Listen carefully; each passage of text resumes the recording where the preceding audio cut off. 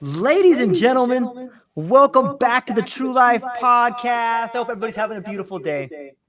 I have an incredible individual, the one and only Dr. David Salomon, a true embodiment of creativity in its most extraordinary form. We're going to...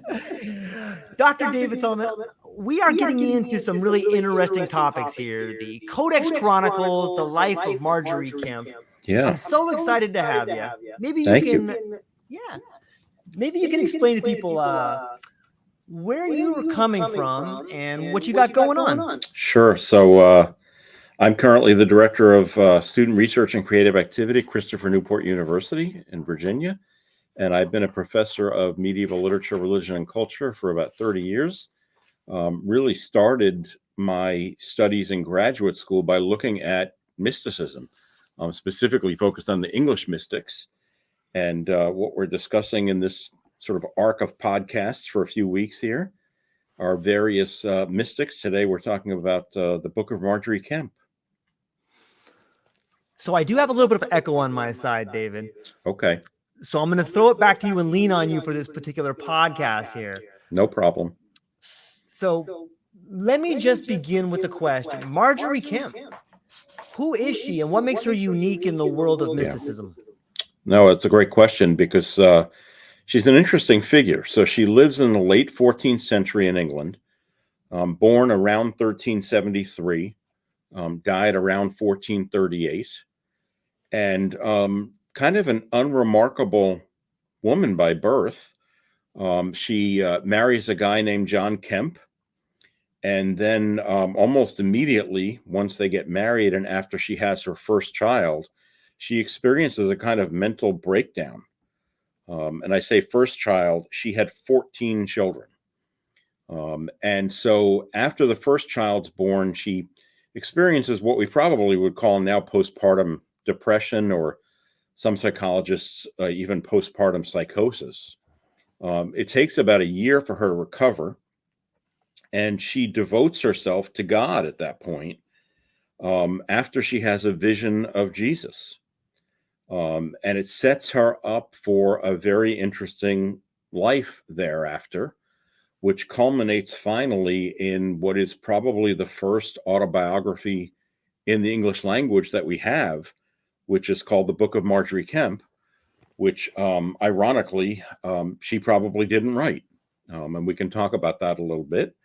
But she went on to become really infamous in her lifetime, traveling quite a bit and not very much appreciated by locals, aka most men, because they were concerned that she was exerting power that would basically influence their wives and daughters in a negative way, as far as patriarchy and obedience, questions of authority. Really, I think one of the most important issues in this whole question of Margery Kempe is the question of voices, and we'll talk about that a little bit. But let me explain a little bit why I say she probably didn't write the book, before we actually get into talking about the text. She went along throughout her life having these experiences, what now we would term mystical experiences, which when you look back at the text, some of them are questionable. There's a question about whether or not she had epilepsy. There's a question at one point about whether or not she was experiencing a bout of appendicitis, with the way that she describes her physical pain. And she is convinced that her story should be written down really in the last years of her life. But as she claims in the book, she was illiterate. We don't know what that means. It may be true, it may not be true.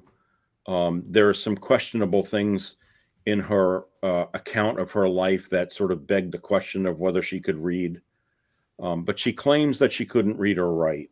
And so the first person that she narrates her story to she describes him as an Englishman who lived in Germany. It was probably her son, but he died, unfortunately, before she can complete the work.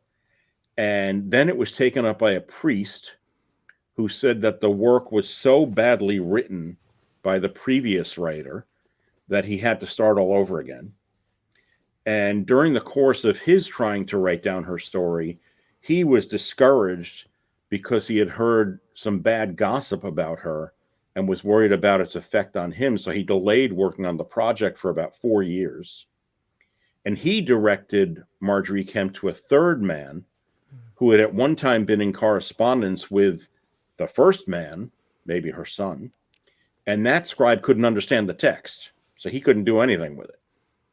So the priest now began to suffer some feelings of guilt, prayed to God to be able to understand the work, says that he was miraculously then able to complete the book, and that's where it comes down to. So we really are again talking about the question of an amanuensis, a scribe who listens to someone's words and writes down what they say.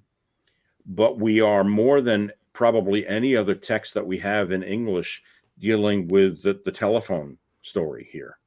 And, you know, what's the true story here? We don't know.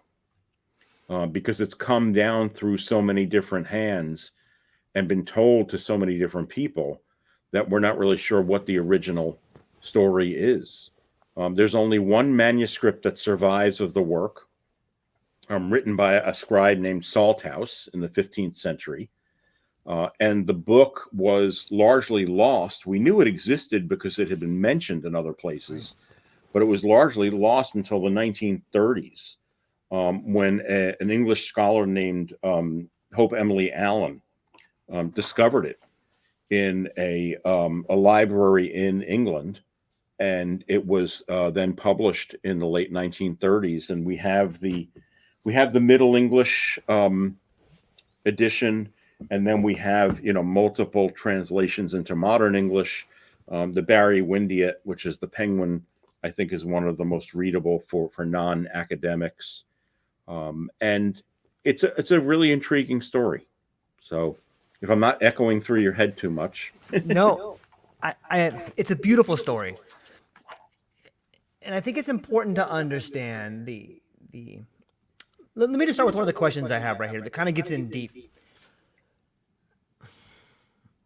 What do you think of the relationship between Margery Kempe's personal experiences and the broader themes of divine love and the quest for spiritual truth in her work? It's interesting because, again, you know, we don't, you know, as far as her personal experiences are concerned, it's kind of tough to look at this because we don't know how much of it's actually true.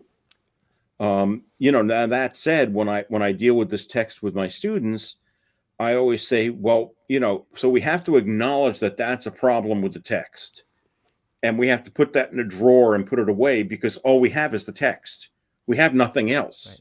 So we have nothing else to go on. We can read it with the assumption that it may or may not be true, but we don't have a choice other than to accept it because it's the only version of the story that we have. I do think that there is a really intriguing story to be told here in her work, which is it's so completely different from the text we talked about last week in The Cloud of Unknowing, because Margery's approach to things really is the polar opposite. She is engaged in what's called effective piety. Effective piety is the emotion that is evoked in an individual connected to their devotion. The Cloud of Unknowing author really wants to put that completely away and not have, you know, really any emotion, any intellect, just leave yourself open to the experience, the unknowing. Margery is experiencing the divine in a very personal, very physical way, whether that is her physical health, which is greatly affected by her visions, or just the fact that she is, you know, we used to joke about her in graduate school. We always called her the wailing woman because on every other page she's crying. And she's crying as a response to those experiences that she's having. And, the interesting thing here is that what we're really looking at is a study in how a mystical experience affects the interior of an individual. And by that, I mean not just her physical health, but her mental health. A lot of folks have dismissed her as being hysterical. She's a hysteric. And for those who know, that word hysteria is a Greek word that is only applied to women, because hyster is the word for womb, hysterectomy. And so if you're hysterical, you were a woman. And it was used as a diagnosis, a psychological diagnosis, well into the 19th century, in diagnosing women. And a lot of people would look at Margery and say, well, she's a hysteric. She's just hysterical, and we just dismiss it. But what's happened really in the last 30 years is this incredible cottage industry in medieval studies, in literature and religion, is looking at Margery instead as really a proto-feminist. And she really has gained a lot of ground when it comes to that. And there's volume after volume, study after study of her as a feminist, and moving away from looking at her and dismissing her as just, oh, she's hysterical. It seems that it's not uncommon that in the world of religion, the people who have the mystical experience are often looked down upon the people that wish they had the mystical experience. And that time, it could be, you could see that with men and women's roles being that way. Yeah, I mean, I think there is an aspect of that comes from jealousy, right? But there's also a big aspect of that comes, especially in Margery's story, from fear. Because one of the great fears was that people were having these kinds of experiences were possessed by the devil. That it was the devil trying to fool them and fool others around them by giving them these experiences. And she's worried about this throughout her book, talking about and that's one of the early reasons why she says she didn't tell anybody, which is often the case in a lot of these mystical passages that we say, these mystical works that we find. The person experiencing it is afraid to tell anyone because they're afraid what the reaction is going to be.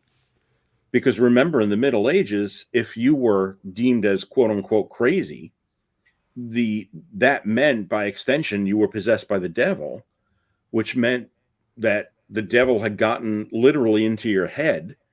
And the big treatment for getting the devil out of your head was to bore a hole in your head, to let the bad spirit escape, so that your soul could be saved. And so there is danger, really actual physical danger to saying, oh, I saw God last night and he came down and talked to me, because you might be thought to be possessed, and that may be what happened.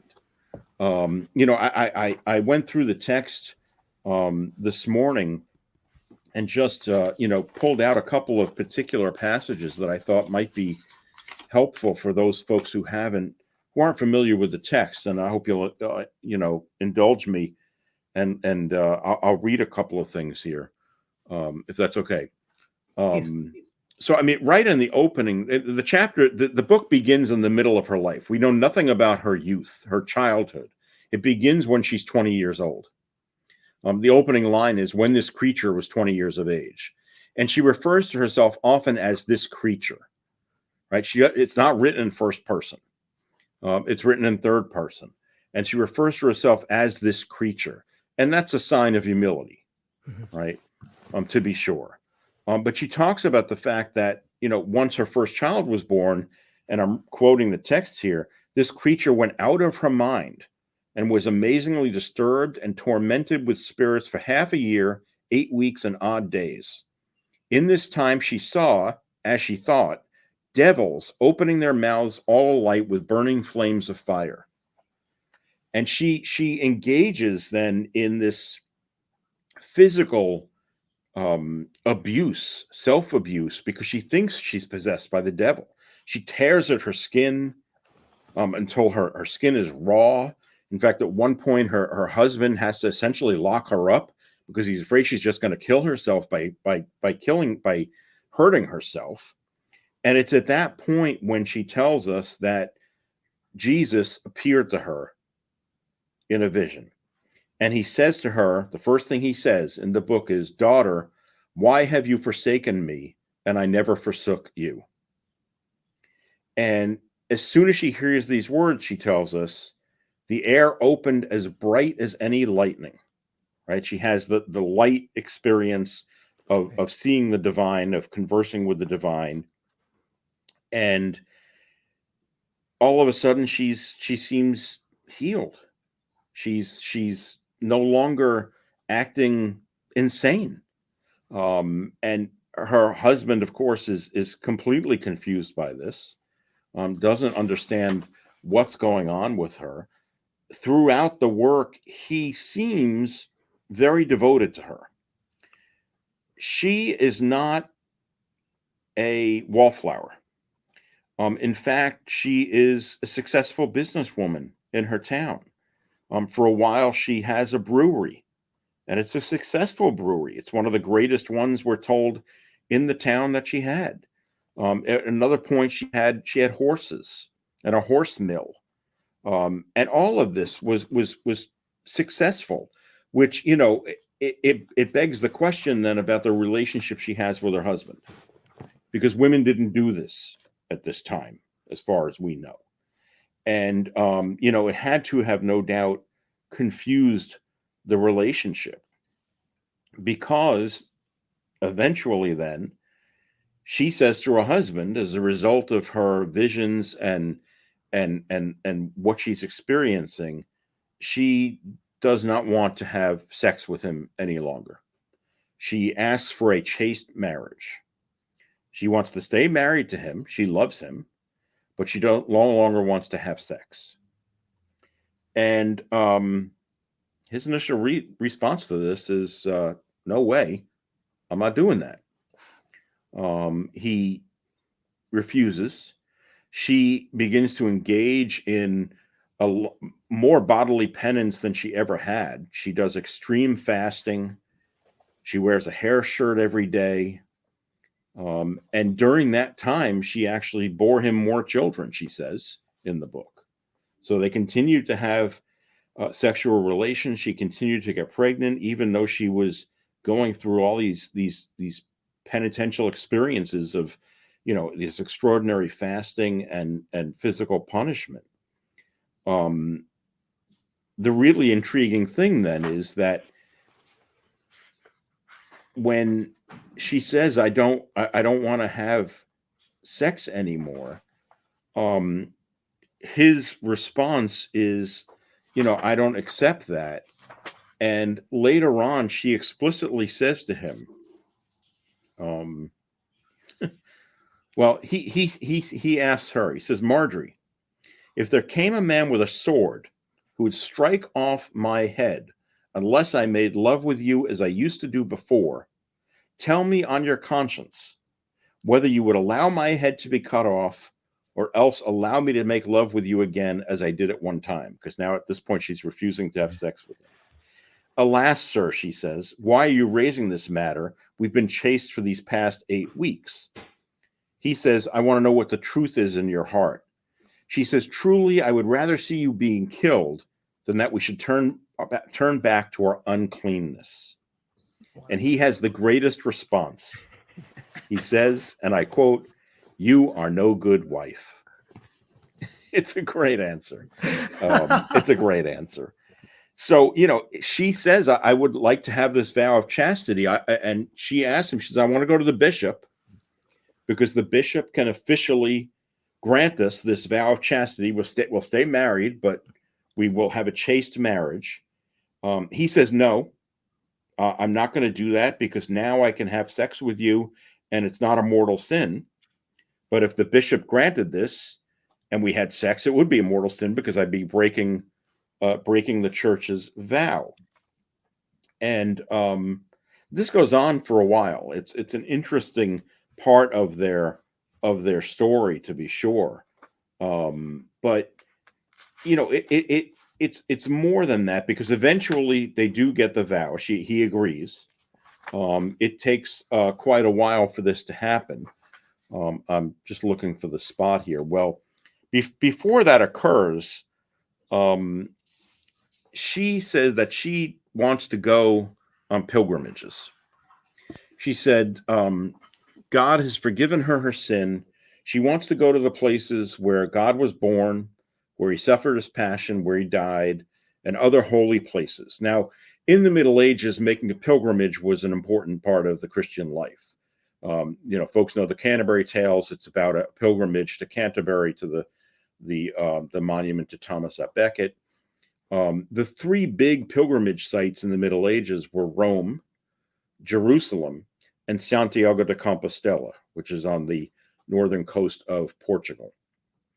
And she wanted to go to those. She had money because, as I say, she had success with businesses, but her husband wouldn't give it to her. So she wanted to go to these places, and she says, I don't have any money.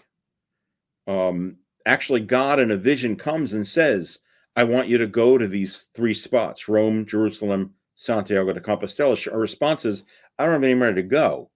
How am I going to get money? And God responds in a vision to her, I'm going to send you enough friends along the way that they will help you. And she ends up going on these pilgrimages. And she is not well accepted in the towns that she visits.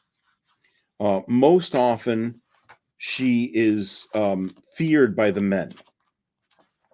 So one example is when she gets to, I believe it's the town of Leicester in England, and she has now by this point taken up the practice of wearing all white. And the mayor of the town approaches her when she gets there. He says, I want to know why you go about in white clothes, for I believe you've come here to lure away our wives from us and lead them off with you. Essentially, they believe that she's what now we would call a cult leader, right? And the mayor eventually just wants her to leave. That's what ultimately happens, because as she goes from town to town, they accuse her of heresy. Several times she's actually put on trial. They can't find her guilty. And so the men ultimately, their ultimate judgment is, just go away. We don't want you here anymore. They feared her. And as a result, she is constantly kind of on the move. Probably the most significant passage in the book is chapter 35 of book 1, when God basically asks her to marry him. So I'll read this passage if you don't mind.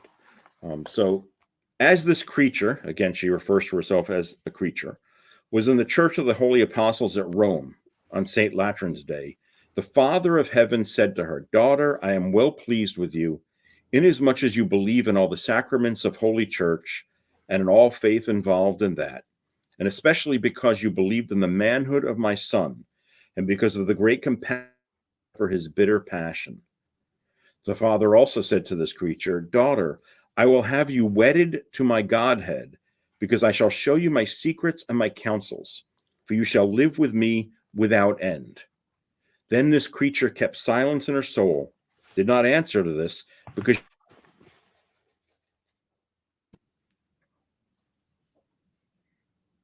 Are we back? Yeah, we're back. I lost you for a second. And she had no knowledge of the conversation of the Godhead, for all her love and affection were fixed on the manhood of Christ, and of that she did have knowledge, and would not be parted from that for anything. So there's a good deal in Margery's book about her devotion to Jesus Christ, to Christ the man. And I think it's part of her effective piety, her focus on the physical, that when the Father comes to her, God the Father comes to her and says these things, she doesn't know how to react. She is used to the vision of Jesus and talking to the divine spirit is something which is essentially foreign to her. She eventually, as I say, makes these pilgrimages. And the last part of the book deals with a journey when she was going to Canterbury and finally returns home. Her husband is ill. She takes care of him as he dies. And as far as we understand, her book was finished before she died. And she died rather unceremoniously. We're unsure of what. But she has continued to live on. She is remembered in the Church of England. There's a commemoration for her on November 9th. And she's remembered by the Episcopal Church in the United States on November 9th as well. There is a memorial set to her in the town of King's Lynn, which is where she lived. I have not seen it, but there's a bench there that was unveiled just a few years ago that was dedicated to her, commemorates her.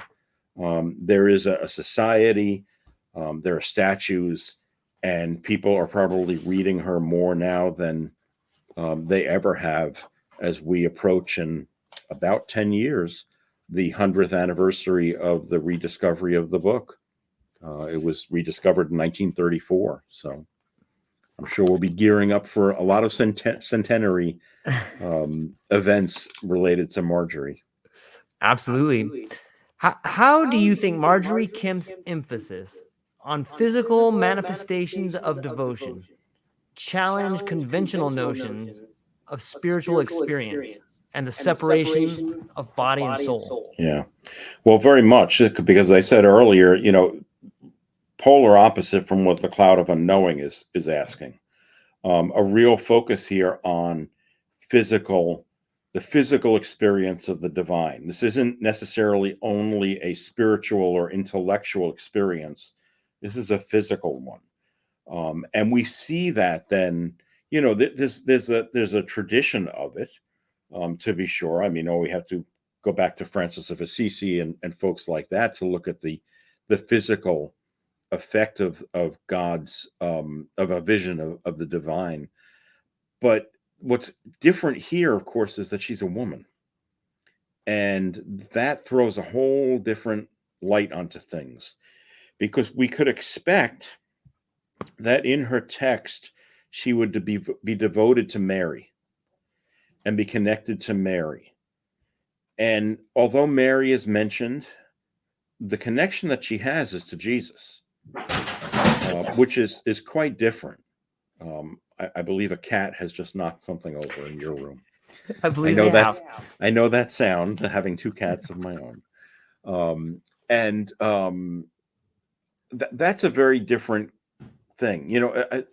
So throughout the Middle Ages, and throughout the history of Christianity, there has been something called the Imitatio Christi, right? The imitation of Christ. There's a famous book called The Imitation of Christ, written by Thomas à Kempis. And basically, the Imitation of Christ is a small handbook on how men, but really all people, all Christians, were to live their lives in imitation of Jesus. And it's down to physical stuff, how you're supposed to stand, how you're supposed to hold yourself, and et cetera, et cetera.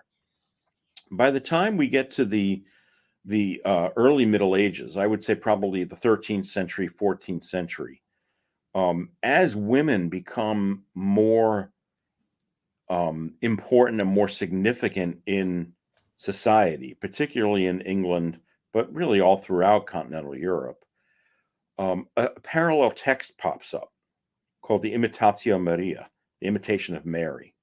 We don't know a whole heck of a lot about it. We don't understand the history of it. There's some debate about its authenticity. But I appreciate that text as a kind of parallel text to the Imitation of Christ, because here was a handbook for women. And we think that it became particularly popular once Mary was elevated in the church to Queen of Heaven, because now women had a role model as well. But all that said, again, when we go back to Margery, her role model is not Mary. It's not even that Jesus is a role model for her. It's that she is devoted. She feels wedded to God. And that tradition is something which in the Catholic Church, of course, we see to this day with most orders of nuns who do take wedding vows. When they take their final vows, they become wedded to Jesus. And if you bump into older nuns, as one does, have a look and you'll see they're wearing a wedding ring because they're married to Jesus. Yeah, I've never noticed that before. Yeah. It's interesting to think the way in which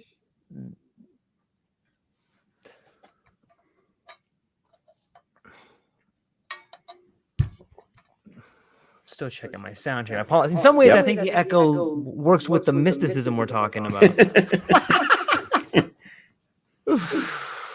So we've talked a little bit about the evolution of her work over time.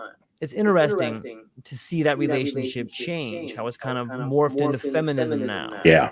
Maybe it was always a form of feminism and the way it was looked upon then. Yeah, maybe. I mean, it's interesting because there's a sort of tradition in medieval literature which has just been teased out in the last few decades, really, with the new way of feminism, of looking at characters like Chaucer's Wife of Bath, Margery Kempe, Julian of Norwich, who we'll talk about in a couple of weeks, another English mystic, these female figures, and really reframing their position in our canon and in history.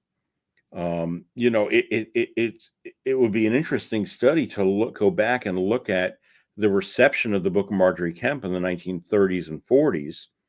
I don't know how it was received, to be honest, when it was first published, and how it's looked at now. It is a book which I don't think is read as often as a devotional handbook. Certainly not in the same way as Julian of Norwich is, who was very, very popular in devotional circles. I think Margery Kempe is largely studied by academics now. So in some ways, you can almost see the echoes of the threat the same way I can hear the echoes of my voice in my headphones. Can it be that reimagining what happened or reinterpreting what happened can change the future going forward of religion? Might that be seen as dangerous? It can be dangerous. Yeah. I think that's what a lot of the folks feared about her when she was alive. Right. Is that it could reframe and refocus what religion and what Christianity meant going forward. You talk about the echo that you're hearing. I mean, it's interesting because, as I mentioned when we first started, I mean, really this is a question about voices, right? I mean, she hears voices.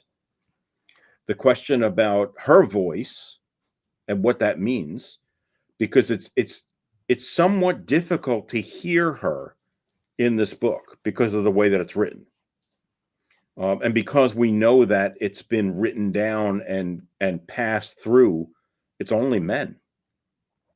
So what have they done to it? What have they changed? We haven't got any idea. I mean, there is a chapter in which the writer / Margery suggests that maybe she had epilepsy. Now, was that Margery talking, or was that a man later on making that judgment and inserting it in the text? We have no idea. We've talked often about the fact that in our, rational modern world, we want to look for a reason for everything. And, one of the interesting things that's happened in the past few decades, especially when it comes to the female mystics, is a kind of spat of interesting articles that have been published, oddly enough, in medical journals, that have looked at and try to reinterpret their experiences in terms of pathology. We've seen it with Margery. We've seen it with Julian. We've seen it with Hildegard of Bingen, who had visions. and who, a lot of those visions have been discounted by modern medicine as, oh, well, the woman had migraines, right? What she's describing is a migraine headache. Yeah, but which came first, right? Did the vision, the divine vision and her mystical experience induce a migraine headache, or did the migraine headache present itself as a mystical vision? Who knows? We don't know. But again, because we talk about that today, right? I mean, anybody out there who's listening who gets migraines, we talk about, one of the first indications that you're getting one is you see the aura, right? Well, I mean, in the Middle Ages, that was a mystical experience, right? It wasn't a reason to take an Excedrin. It was a reason to go to church and say, oh my gosh, God is talking to me. Let me talk to my priest. And I think that probably, as with a migraine headache, that experience is pretty damn scary. I mean, just think about that. For folks who do get, and I get migraines. I don't know if you do, George. Yeah, but I mean, I do. I mean, when you experience that, it's horrible. And you're, I know oftentimes if I get one, a bad one, you start to wonder, am I ever going to get rid of this? Is this just going to be the way it is now? And I mean, think about a mystical experience being that kind of situation where, you can't close your eyes without having a vision of the divine. Or, I mean, Julian of Norwich, who, as I say, we'll talk about in 2 weeks, because next week I think we'll do Richard Roll. Julian, I mean, tells us in her book about, she was laying on her bed and God came down, sat on her bed and talked to her. I mean, today we would say, I mean, if somebody came in and told you that, you'd say, oh, here's the number for my therapist. Because we don't understand, we don't believe that can happen. And, as Carl Jung said, to believe that only the physical is what's real is just really just stupid. There's more to existence than that. Yeah, I think it's scary to people in positions of authority too. Sure. Imagine tons of people with this incredible imagination running around that are saying, I am divine God. I can do all these miracles. Yeah. You don't want that. Like, that's hard to get that person in a factory. Yeah. Well, I mean, and that's really, I mean, authority is such an issue throughout the history of organized religion, right? I mean, organized religion is about authority and having authority over others. And, one of the, I mean, as we've talked about, one of the great revolutions is the printing press, because, it relieves people of authority, because now I got to read the text myself and I'll decide what it means on my own. I don't have to listen to you. And that, for people who are in authority, who want to be in authority, is an incredibly dangerous thing, right? It's what leads to fascist governments, doesn't it? I mean, it really does. I mean, I was reading, there are a couple of new books out apparently about David Koresh and the Waco incident in the early 90s. I was reading, there's a review in the New Yorker a couple of weeks ago. I was just reading it this morning. And it was very interesting. I mean, I didn't know some of those things about what went on out there and how he came to do what he did and sort of hunker down with these people. I mean, it's an offshoot of the Seventh-day Adventists. And it's a very interesting story, but you can see how, and of course, the truth when it comes to the Waco incident is fuzzy at best. Sure. But you can see how the government came in and said, we're not, this is dangerous. Now, the justification was apparently they thought they were building up arms illegally. And selling illegal firearms. But I mean, who knows? I mean, it's the old thing about, if Jesus Christ actually did come back, who would believe him? I mean, I don't know. There's a great line in a, what was it? Oh, it's in a Woody Allen film it's in Hannah and Her Sisters, I think, where one of the characters says, if Jesus came back, he wouldn't stop throwing up at what he's seeing. It just would be disgusting to him. But I mean, it really speaks to something about how we approach and regard people who claim to have had these experiences. And again, you can see why they are so hesitant to share that, because you could then become the target of unbelievable ridicule, and because we don't really deal with that very well. I mean, I think I've told you the story about my French teacher when I was in high school, most devout woman I've ever met. And her devoutness just baffled me. I admired it. I didn't understand it. I really didn't. But I admired it. And it just baffled me, though. How could you be this devout and this committed, given what's going on in the world? And then for her individually, what ended up happening with her. I mean, I'll give you the Reader's Digest version. Yeah. I mean, she was a French teacher, excellent, amazing teacher. I believe she had been a nun when she was younger, but we only found this out years later. She was living with her mother when I first met her. Her mother became very, very ill. She committed to taking care of her.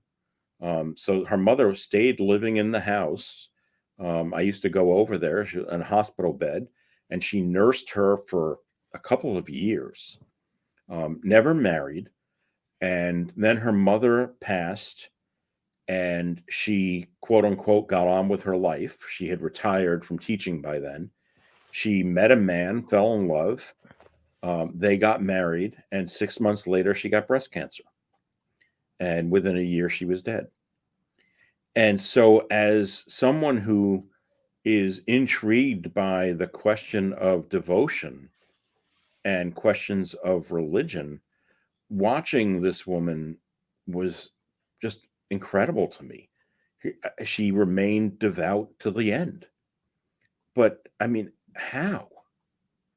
Given what she had gone through, wouldn't that cause someone to question, if not completely give up their faith? I don't know. I'm sure there are people who are listening who would say, no, that would just reinforce it. I don't know if it would for me. I really don't. It's a beautiful question. And I think it harkens back even all the way to Margery Kim. What is this power, be it religion or mysticism, or what is this power of belief, devotion, and divinity that scares so many people? It's like it can bring us together, or it could set the world on fire, or both. Yeah, well, I mean, it reminds me of going back to the Old Testament where, no one saw God, right? If you saw God, it meant you died.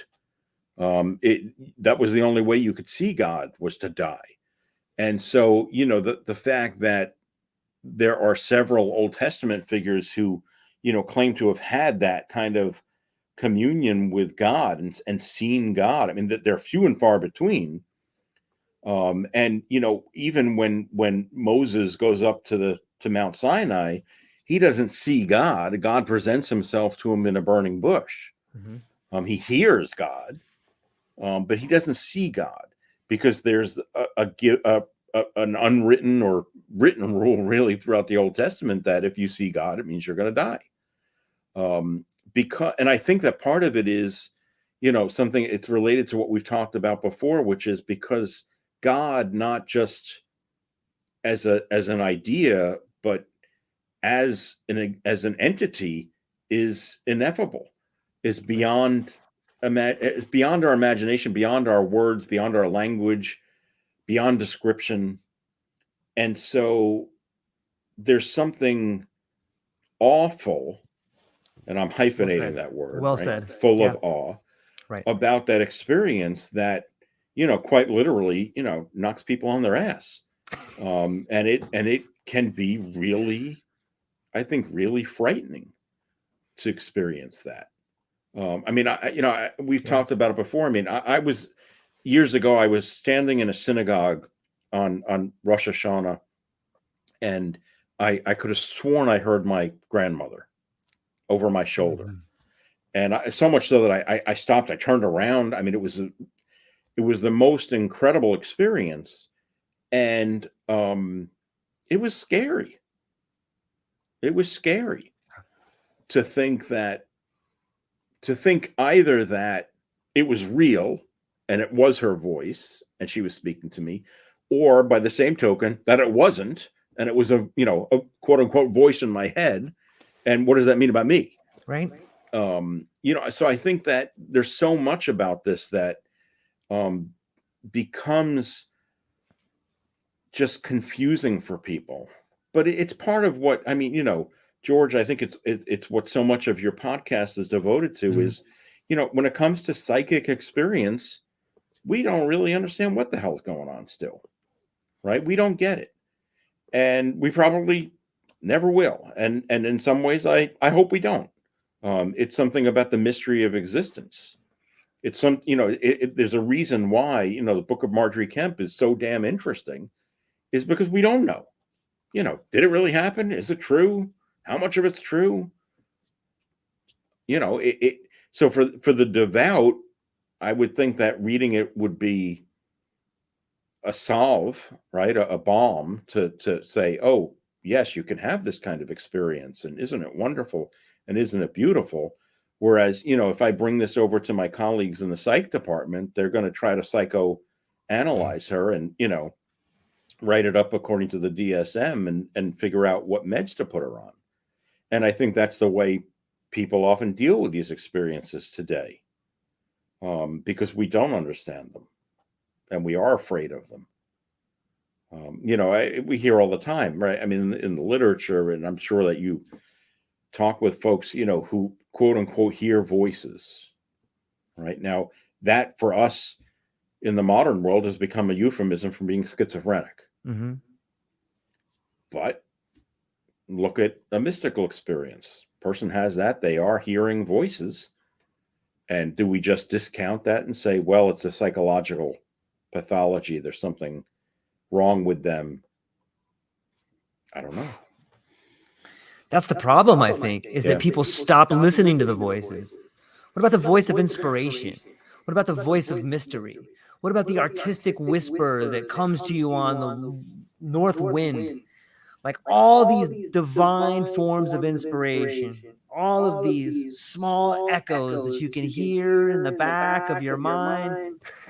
Yeah. It's fascinating to me. And I think that is the very foundation of what is possible in reality. It begins with the voice, whether it's Margery Kempe, or whether it's your aunt on Rosh Hashanah, or a voice you hear in the bathtub on some idle Tuesday at midnight. It can be from any place. I mean, and probably one of the best traditions that embraces that is the various Native American spiritual traditions, which, will say, what is the wind saying? Yeah. Right? I mean, listening to, what does the water say? It's really listening to what's out there and listening to those various voices. I think there's certainly a significant place for that in our culture that we seem to have lost in the name of rationality. Yeah, it's all over the language, like a babbling brook. Yeah, or a babbling person on a podcast. So. Yeah, I mean, we do talk about, we have those euphemisms, those turns of phrase that are really, really kind of interesting, aren't they? Yeah, I think 100%. It's interesting to think too, in today's world, someone may be considered a schizophrenic if they hear voices. Even in medieval times, Margery Kempe was an outsider. She was someone who was cast aside. It's weird how even we get this far away, things still remain the same. Well, I think because a lot of it is we don't understand the psychic experience. Right. We don't get that. We don't know how to deal with it. Right. We don't know how to deal with it as individuals if we have them, and we don't know how to deal with them when they're experienced by other individuals, and if they claim them. It's why last week when we were talking, I said, no one's going to put on their tax return that their occupation is a mystic. Right. I mean, it just because, and I think there is something to that because, and Margery experiences that as well, is there's a humility involved. right? I'm not bragging to people that I had this experience. I mean, we'll talk about Richard Roll next week, and he talks about that in his book, is, not going out and saying, holding up a flag and saying, hey, look at me, I talk to God, which is why, so many folks today are put off by the so-called religious folks who do claim that, right? And I'm not just talking about the 2 a.m. TV, but the things that you hear about, where you have a leader, again, like David Koresh, who claimed to have some inside knowledge and inside experience, but really what we're taught really throughout all religious traditions and all spiritual traditions is humility is the most important thing. And so if you did have that experience, you wouldn't really talk about it. It's interesting. We spoke previously about trying to describe the ineffable or God, or when you saw God, it might mean you were going to die.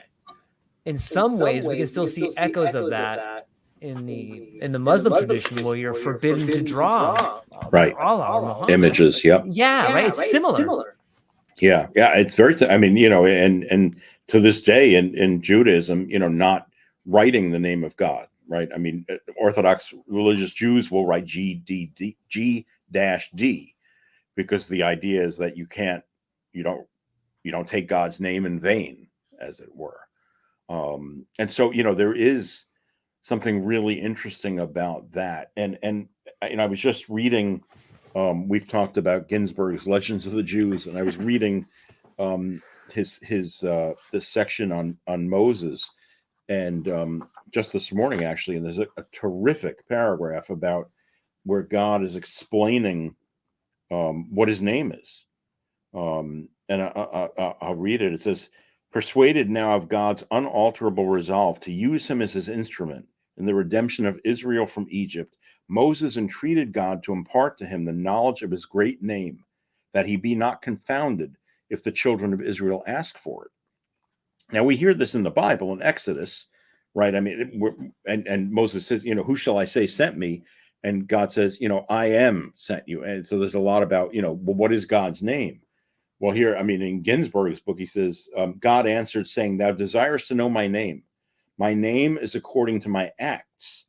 When I judge my creatures, I'm called Elohim, judge. When I rise up to do battle against the sinners, I am Lord Zebaoth, the Lord of hosts. When I wait with long-suffering patience for the improvement of the sinner, my name is El Shaddai. When I have mercy upon the world, I am Adonai. But unto the children of Israel shalt thou say that I am he that was, that is, and ever will be.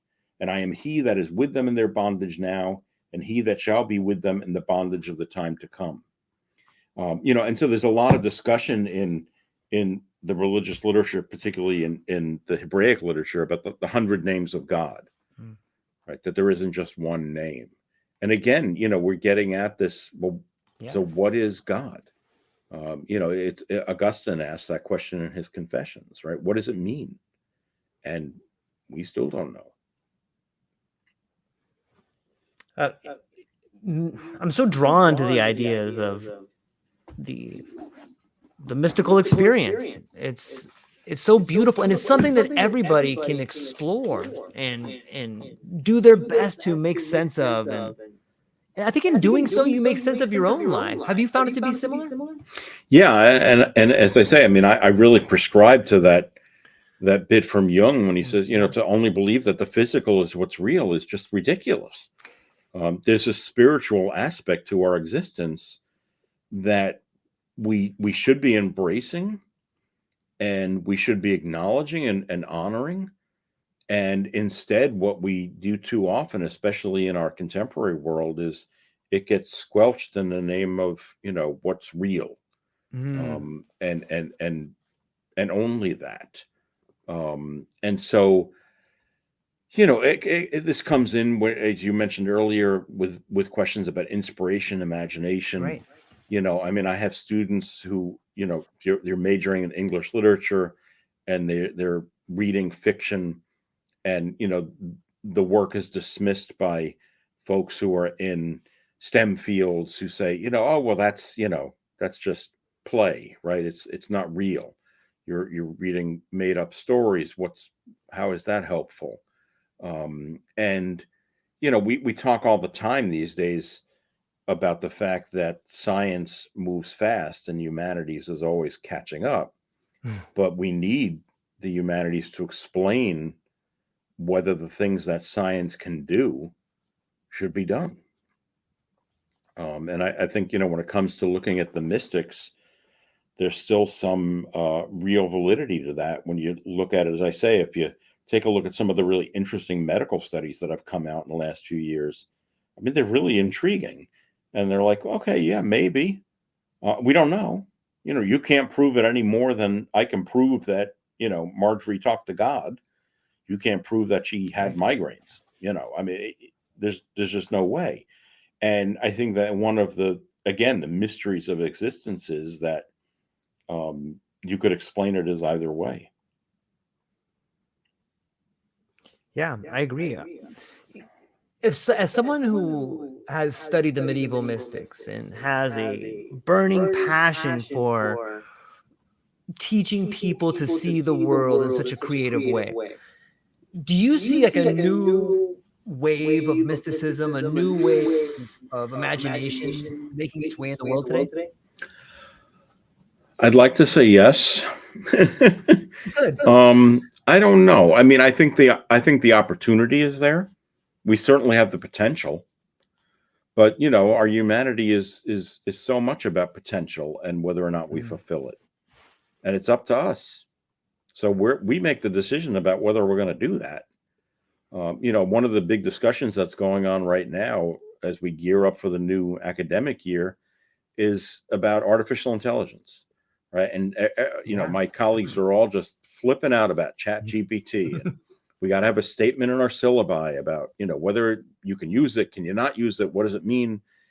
And a lot of the discussion, especially in the humanities circles, is that it will kill imagination.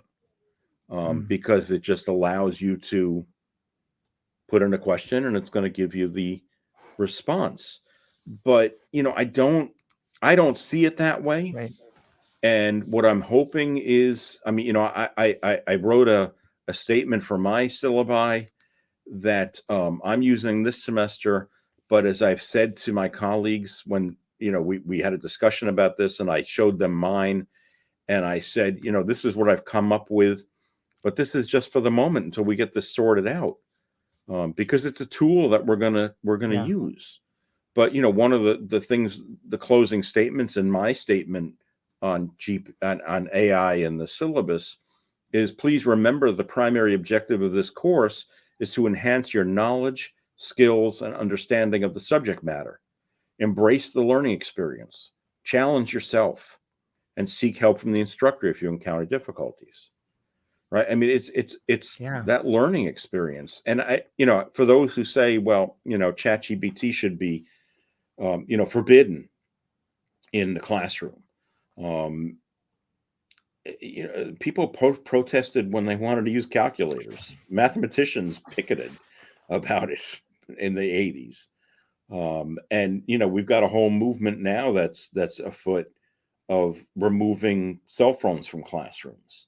That students shouldn't have cell phones in classrooms. It's like, you're not going to be able to prevent this. Again, the genie's out of the bottle. You can't put it back in. So how are we going to deal with it? How can we use these things as tools that will help us to achieve that potential that we're talking about? Because that's really what all these things are about. The internet may be a horrible place, right? But so how can we use it to help us achieve our potential as better, stronger, smarter human beings? That's the key. I think I have an answer. Yeah. So it seems to me we're entering into a new dimension, one where ChatGPT as a tool works with us, not against us.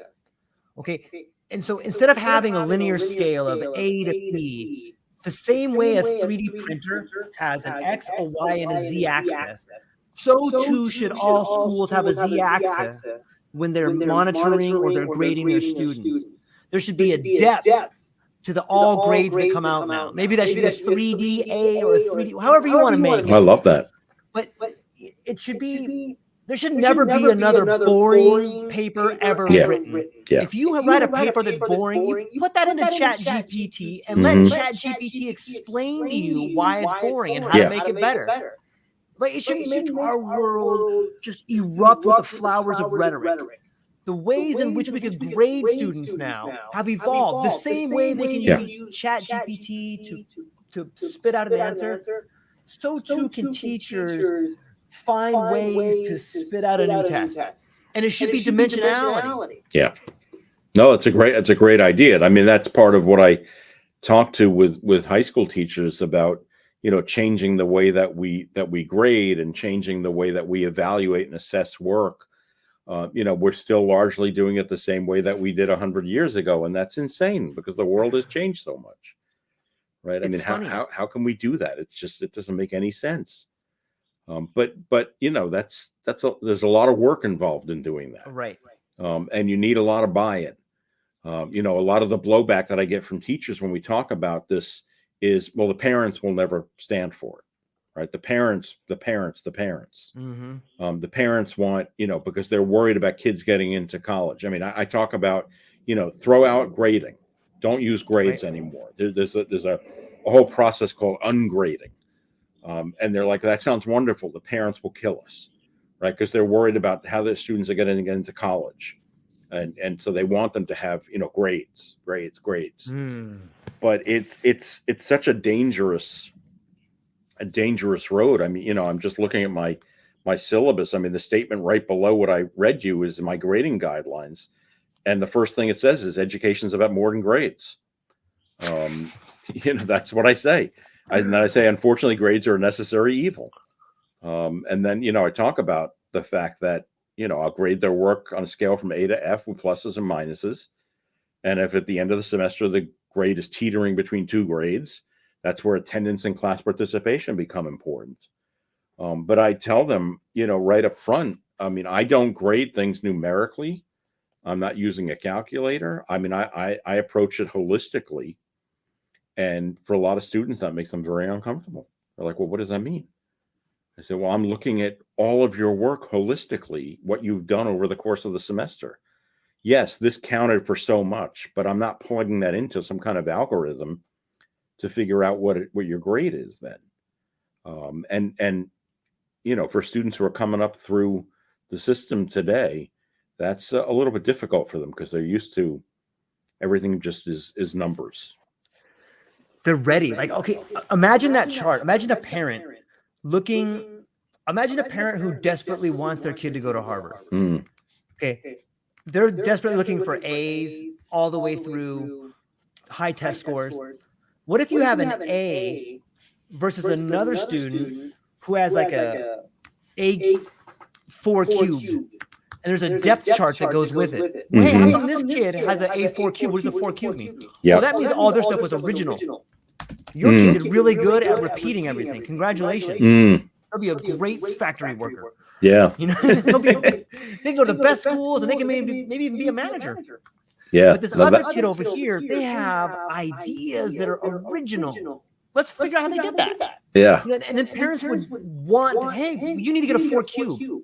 So the parents that think linear will be forced to branch out their horizons and begin to see things on an exponential level if the teachers train them that way. Yeah. No, that's great. I like that. I love that idea. Well, I love talking to you.